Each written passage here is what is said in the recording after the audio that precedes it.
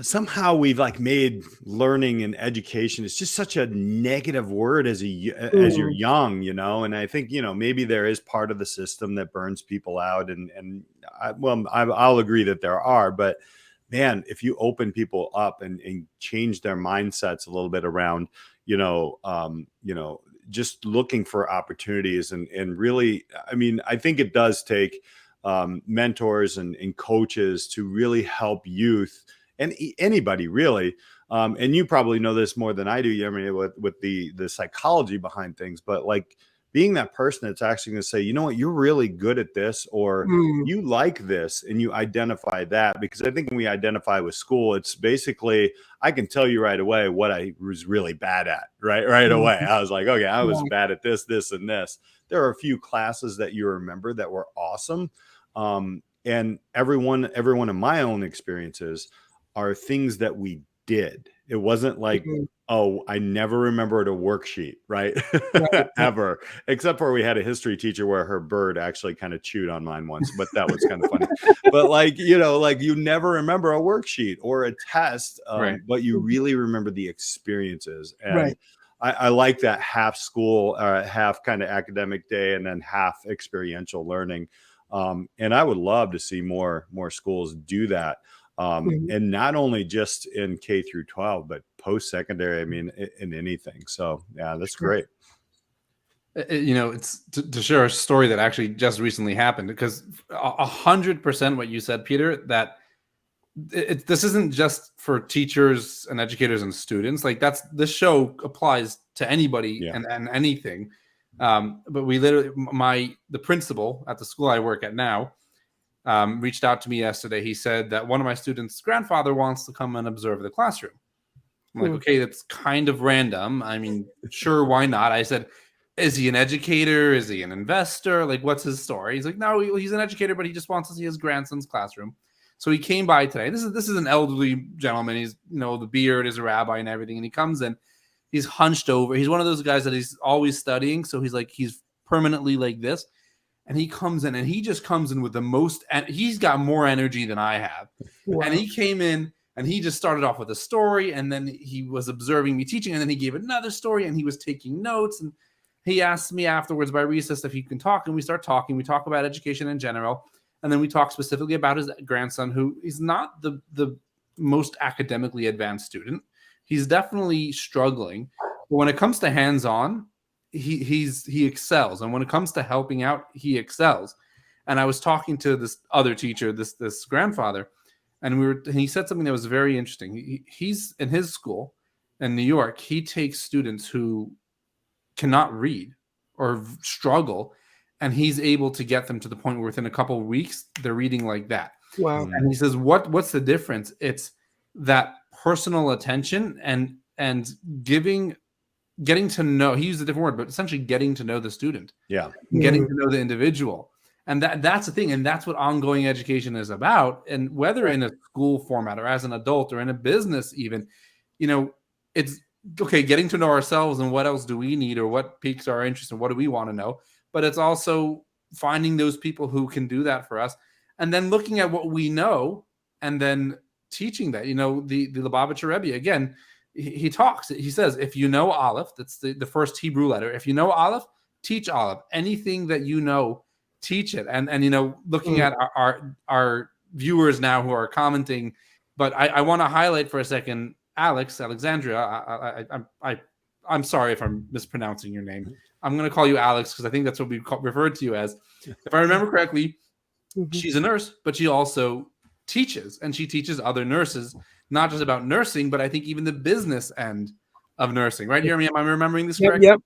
That's Alex. Yep. There you go. Like that's what it is. It's, you know, something, teach it, take it to the next level. If you're really good at something, or you're pissed off because there's something wrong with education or the industry that you're in, and you think it can be done in a better way, go out and do it. So it's awesome to be part of this group over here, and then to see that in our, you know, viewership, like we have those people as well. Yeah. Yeah. You know what I like about that is that conversation with people. One of the things that we're doing in the classroom, but I also know, like, this happened. I used to work for Auto Trader. Well, it was Auto Trader. Now it's autotrader.com. But one of the things that we did in our meetings is it was, you have the meeting, but then there was a lot of one-on-ones, a lot of conversations. Even in the classroom right now, what we're doing is it's very difficult to break out of what they taught you in teacher school. But like to take each student outside the classroom during class and just have a quick 3, 4, 5-minute conversation. Now that takes a lot of time, but we get so much more traction because of that around what the student is interested in and how we can connect curriculum to them because of just that. So, but it happens anywhere. It happens anywhere in work that I've been in and obviously in educational senses. So it's great. Wow. So that actually just ties into what I was about to say, to what Bark was saying, and sort of in continuation to what I was earlier saying, that the more I mature, the more I find education being fun. It's that relationship component. So the older I got, the closer in age I got to my teachers. At some point, I was actually older than some of my teachers back in university and stuff. And it when you have that one-on-one, like when you're kind of like on the same level as the person, the fact that he's educating you means almost nothing to me. But the fact that you could build a relationship with somebody. And I was able, actually, one of my greatest mentors, Dr. Arnie, unfortunately passed away a couple of months ago. But he was my greatest mentor, and he taught me 90% of all that I know in business and stuff like that. And Dr. Arnie was just like the sweetest man. I always saw him as like my father/grandfather because he was kind of between those ages, but he was just the sweetest man. And I was privileged to have like outside of classroom time with him. And every time I was in middle of a business deal or something, or he was always there to take my call and always there to guide me through it and walk me through the steps and whatever it was, that was a teacher who really invested in the relationship component of the education side of things. And I felt that I've taken away so much from him. I learned so much from him. And when I was doing that school thing, these kids were significantly younger than me, but I went down to their level and I started actually playing sports with them, like being part of them, being part of their life and everything. And they saw me as an equal, and it never said Mr., never said Sir, my name is Yermi and let's stick to that. And, that to me was where education started really getting fun in a sense. Yeah, totally.